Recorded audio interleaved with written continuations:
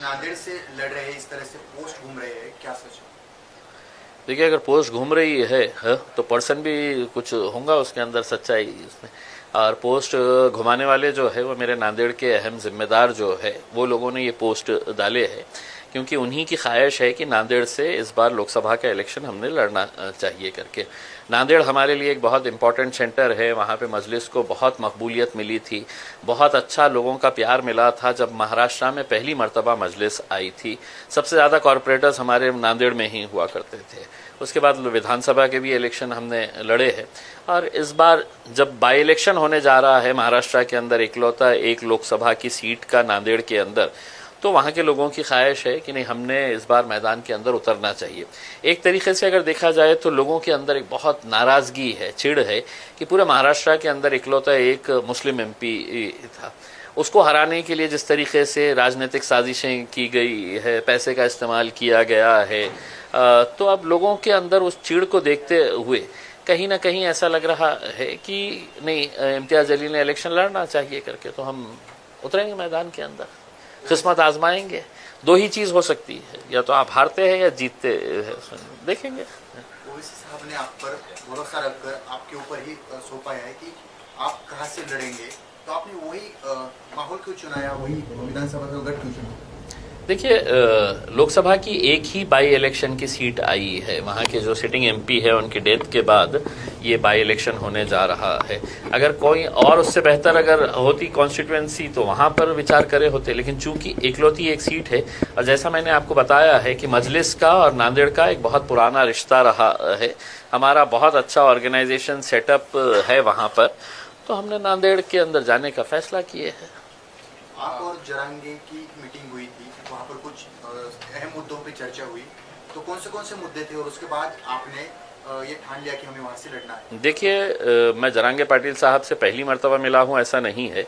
जब उन्होंने अपना आंदोलन शुरू किया था उस वक्त भी मैं उनके गांव गया था। यहाँ पे जब वो एडमिट थे तो 2 मर्तबा मैं हॉस्पिटल जाके उनसे मुलाकात की थी। और इस बार यकीनन जब इलेक्शन के करीब अगर राजनीतिक पार्टी के लोग अगर एक दूसरे से मिलते हैं तो कोई मौसम के बारे में चर्चा नहीं करते हैं। नेचुरल है कि पॉलिटिकल उसके ऊपर ही चर्चा, और जो सोशल माहौल जो चल रहा है महाराष्ट्र के अंदर, इसी के बारे में चर्चा हुई होंगी उसमें, और हमने करे है। और आकर जो भी हमारी चर्चा हुई है हम बाहर आकर बताया है लोगों को, मीडिया के सामने भी हमने, आपने सवाल किया हमने जवाब दिया, हम क्यों आए थे, कैसे आए थे करके। लेकिन जरांगे ने एक बात की थी कि मुस्लिम और मराठा इकट्ठा आएंगे तो सत्ता परिवर्तन हो सकती है।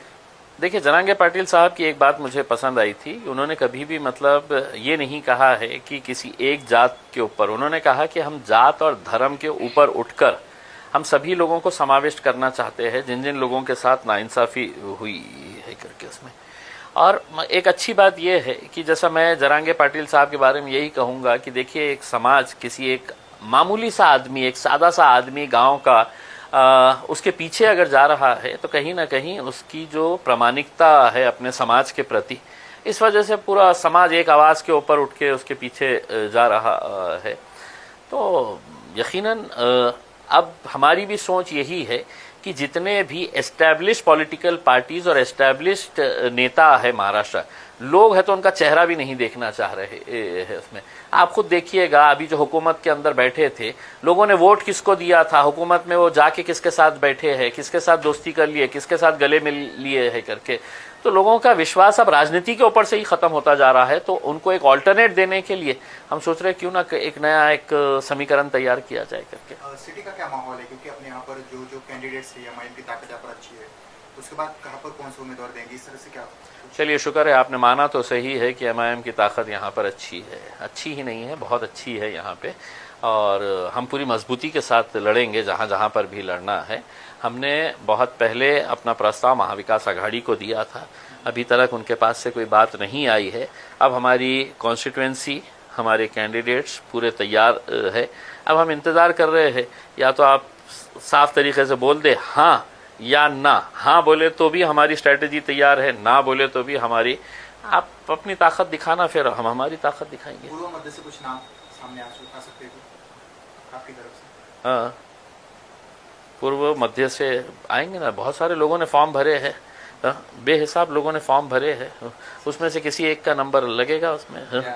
या आप दोनों जगह से लड़ेंगे? हो सकता है, मैं तो क्लियर कहा हूँ ना। अगर मेरे कायद बैरिस्टर असदुद्दीन अवैसी साहब ने कहा कि नहीं सिर्फ लोकसभा लड़ो तो लोकसभा लड़ेंगे, उन्होंने कहा नहीं विधानसभा ही लड़ो तो विधानसभा लड़ेंगे, उन्होंने कहा कि दोनों जगह लड़ो तो दोनों जगह लड़ेंगे, और उन्होंने कहा कि नहीं दोनों जगह मत लड़ो, तुम लड़ो ही मत, तो नहीं लड़ेंगे।